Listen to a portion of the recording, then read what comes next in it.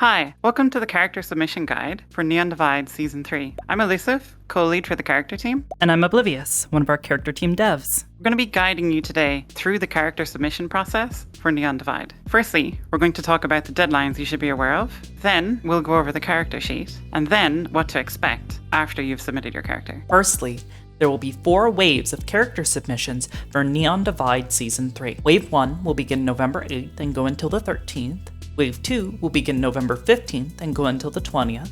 Wave 3 will begin November 22nd and go until the 27th. And Wave 4, our final wave, will begin November 29th and end on December 4th. Please be sure to get your sheets in before then so you can be a part of Neon Divide Season 3.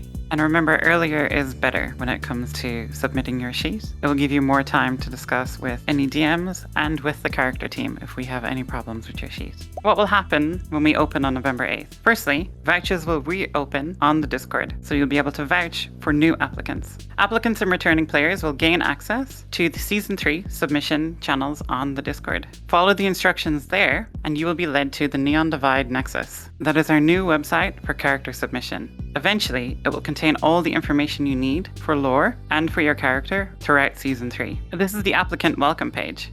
This is where you'll land when you register on the Neon Divide Nexus. Here, you can review the submission guidelines for Season 3, you'll be able to submit your character, and you'll get to explore the new systems we've designed for Season 3. There's also a helpful link here to our staff help channel on the Neon Divide Discord. This is the character application page. This will serve as your character sheet for Season 3. All new and returning characters will need to fill out this sheet. This sheet will serve as the central point of information that we need for your character. Everything from their name, to what they are, to even what they're good at.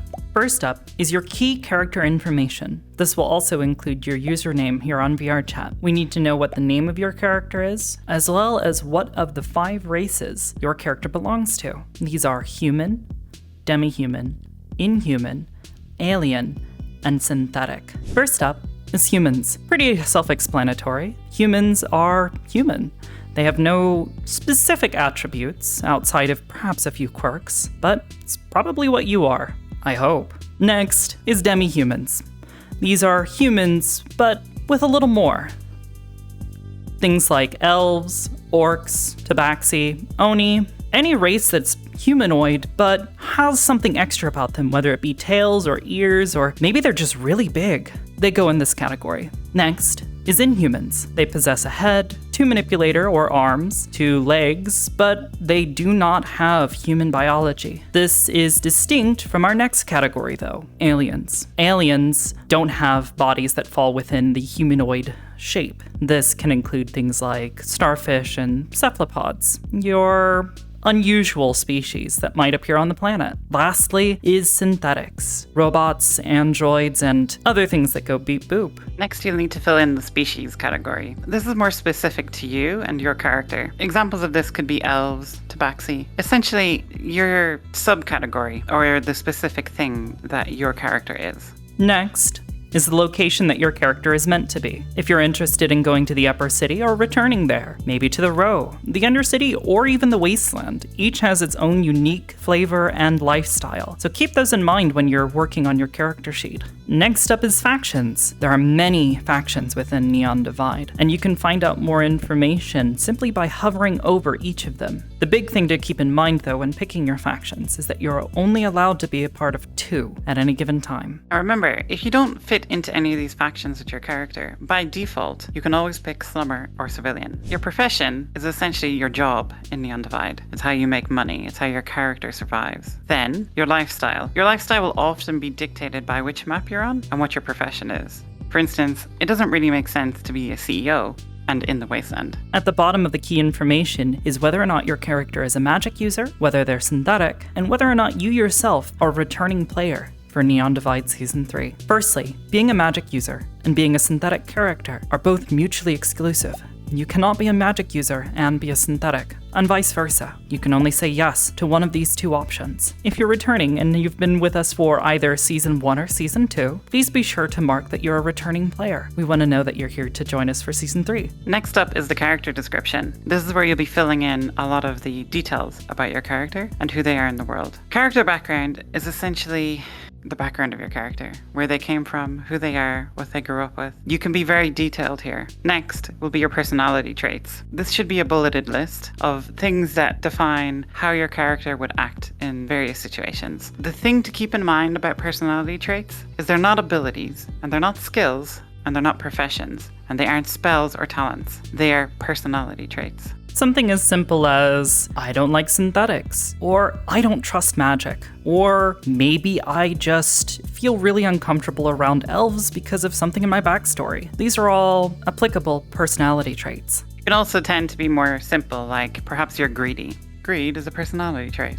For your character goals and motivations, this is a rather important thing for you to think about for your character. This will be what drives you. This will be how you react in the moment, will be defined by the motivations that you have. Why does your character get up in the morning? What do they want to achieve in a year's time? In 10 years' time? Then your conflicts. Your conflicts are things that conflict with your goals, that make it harder for you to achieve the things that you want to achieve in the world. Now, it might not seem obvious what these are, but if you think about it, everybody has some obstacle they need to overcome. And after all, that makes roleplay rather interesting. Finally, the world perception. This is how your character views the world. Many characters, when they fill out this field, will simply put in a quote of something their character would be known to say. And you can also add concept art here in a form of URL. A Discord link is fine, Imager, whatever, as long as it's Twitch TOS safe. Next on your sheet is your edges. Character edges are abilities that provide an advantage to their survival or the character achieving some sort of goal or aspiration that they have.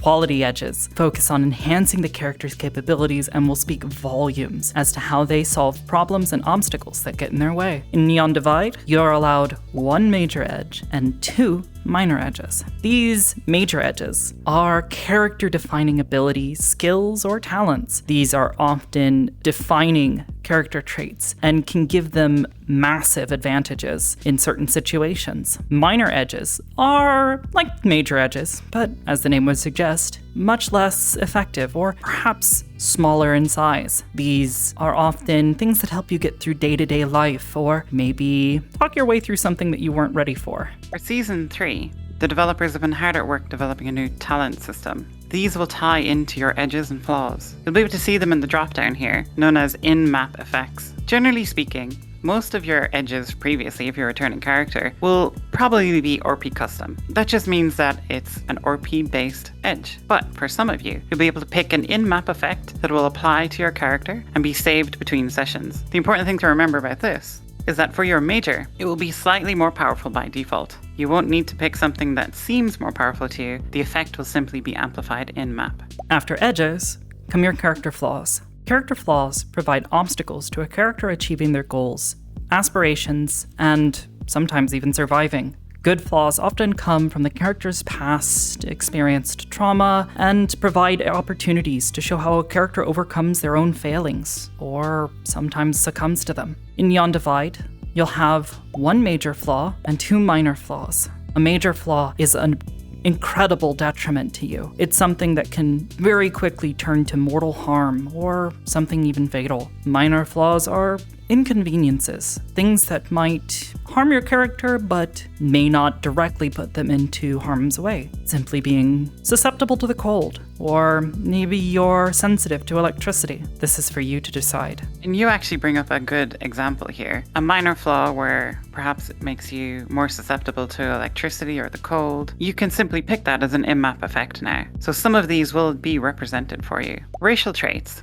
are a new feature for Season 3. This is an optional part of the sheet, so you don't always have to put in racial traits if they don't make sense for your character, but for some they will. If you pick a racial edge, you must pick a racial flaw, and they have to balance each other out. For the equipment and inventory section of the sheet, this will be rather important for returning characters, and as you progress through Season 3, you will return here to update this for DMs. For the cybernetic body parts, it should be quite simple here. You simply pick mundane or enhanced. For new characters, it is unlikely, unless it's tied to one of your edges, that you will have any enhanced cybernetics. This is something that has to be acquired in roleplay. You will have 3 slots for cybernetic enhancements. That means that even if you have 5 enhanced cybernetics somehow, well, you can only benefit from 3 of them. Likewise, there are now enchantments with a new enchanting system. Enchantments are magical items that give you some in-map benefit. You can only benefit from 3 of these at the same time. And the cybernetics and enchantments work together. So, if you have a cybernetic, you can now only have 2 enhancements. So a good way of thinking about this is you have 3 slots that will give you in-map bonus effects. They can either be cybernetics or enchantments. One thing to bear in mind, if you have an edge that gives you an enchantment or gives you a cybernetic part, it will not count towards the limit of 3 enhancements. For the next field, legacy items acquired in background, these are things that your character would have had based on their background or perhaps from previous seasons. Gear refers to your inventory, which should be an ongoing thing and updated throughout Season 3. And your medical history should be a list of all the things that have happened to you in previous seasons, all those places you were shot. If you're a new character, this will be less important, but for previous characters, you should definitely list everything that happened to you, all those gruesome scars. After equipment comes your profession skills.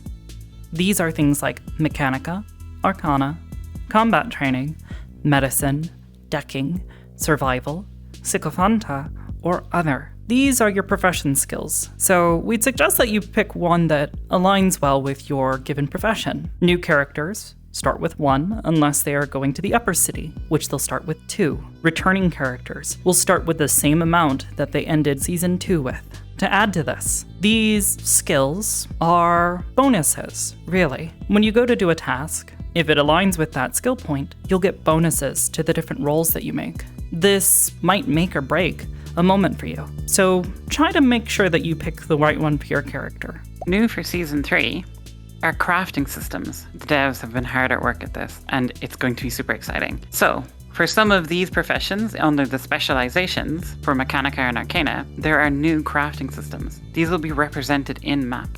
You'll be able to collect materials and craft items. So we suggest that you look over the systems documents that we released earlier, and they will be linked on the Nexus for you to look through and make sure that you understand everything before you put points down. But it's going to be super exciting, and we think you'll love it. Magic system for Season 3 has seen a complete overhaul. Now, if you're a magic user, you'll pick from 2 of the base affinities, mana, air, fire, earth, or water. Those will grant you all of the corresponding sub-elements. Be sure to read the guide on magic. It will explain exactly how this system works. On the character sheet, we'll need you to pick the sub-elements that apply for you. Now, just because you're entitled to get a sub-element doesn't mean it makes sense for your character to do so. So choose carefully. Once you've done that, you'll need to fill out what spells you have. We're also really excited to show off the new spell creator. This will be the place where you can add your spells to your character sheet. For new characters, you'll get access to 2 spells. For returning characters, you'll get 4. Now, there may be some cases where your character has already had more than 4 spells on their character sheet. That's totally fine. You can simply add them to the character sheet until you have them all there. The spell creator has been designed specifically to allow you to be creative with your spells. We don't want to limit you. We want you to be as free and open to express yourself through your character as possible.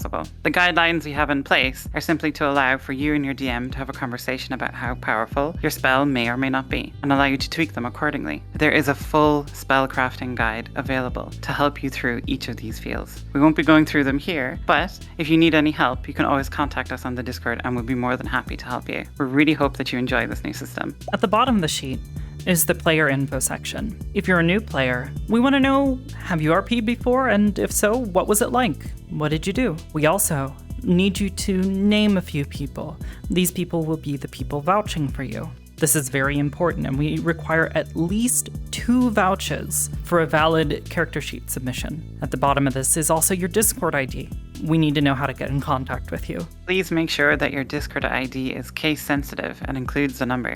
This will be built into a system that will ping you on Discord, so if it's not correct, you'll miss the ping. At the end of your sheet is a review section. This will be where character team, like us, and the DM team will put in responses to your sheet. If we have any queries for you, or if there's anything that you filled out incorrectly, we will let you know exactly which part of the sheet you need to edit. Once our character team is happy with your sheet, then we'll hand it over to the DMs, and they will have a discussion with you about your character. You don't have to worry about changing anything in this section, but if you're interested in seeing what the status of your submission is after you've submitted it, you can check on it here. And be sure to check on the Discord, because we will be having conversations there with people, and we may even ping you if your sheet is outstanding. You'll be able to put in a player response at the end of the sheet that will let us know any messages that you need to send to us. The volume of applications we expect to get is rather large, so we ask that you be patient with us. It's going to take us a lot of time to review all of them, but We appreciate it. Once you've finished your sheet, you can submit it or save it. Once you have submitted the sheet, it will go to us at the character team and it will be locked out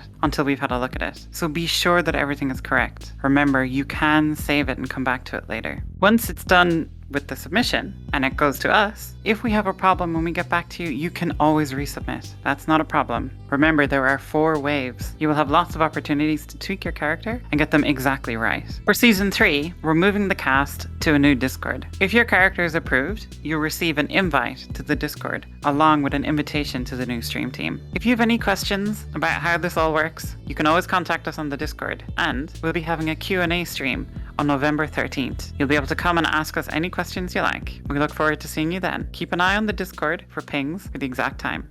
Hopefully, this overview has given you a better idea of what to expect with the character sheet going into season 3. We are really, really excited to see what characters you come up with. On behalf of myself, for the character team, Elusive, And myself, Oblivious. we can't wait to see you in Neon Divide, January 2022.